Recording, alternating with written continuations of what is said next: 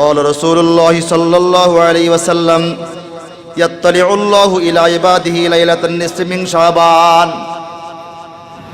আল্লাহ রাসূল সাল্লাল্লাহু আলাইহি সাল্লাম বলেন নিসফে শাবানে শাবান মাসের অর্ধ রজনীতে আল্লাহ সুবহানাহু ওয়া তাআলা বিশেষ করে সব বান্দার দিকে নজর দেন। সুবহানাল্লাহ জোরে বলেন। ইয়াত্তালিউল্লাহু ইলা ইবাদিহি লাইলাতান নিসফি মিন শাবান শাবান মাসের অর্ধ রজনীতে অর্থাৎ শাবান মাসের 15 শাবান রাতে আল্লাহ তাআলা তার সকল বান্দার দিকে খাস নজর দেন। ফায়াগফিরু লিল মুমিনিন অতঃপর আল্লাহ তাআলা যারা ঈমানদার এদেরকে ক্ষমা করে দেন। ওয়ায়ুমহিলুল্লাহুল কাফিরা কাফেরদেরকে আল্লাহ ছেড়ে দেন। ওয়ায়াদাউ আহলাল হাকদি এবং যারা বিদ্বেষ পোষণকারী এদেরকে আল্লাহ ছেড়ে দেন, এদের দিকে আল্লাহ নজর করেন না।